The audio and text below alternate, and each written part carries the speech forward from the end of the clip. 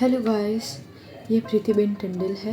इनको हेमिप्लेजिया था right side और उनको पैरालिसिस हो गया था, जिसके वजह से वो खुद बैठ भी नहीं सकती थी और खड़े भी नहीं हो सकती थी। इन्होंने हमारे क्लिनिक में फिजियोथेरेपी ट्रीटमेंट ली, जिसके वजह से वो खुद अपने पैरों पे खड़ी हो गई है आज। ये वीडियो इनके 90 डेज स्ट्रगल के है, फ्रॉम 0 to 90। अभी उनके ही मुँह से सुनेंगे उनकी कहानी।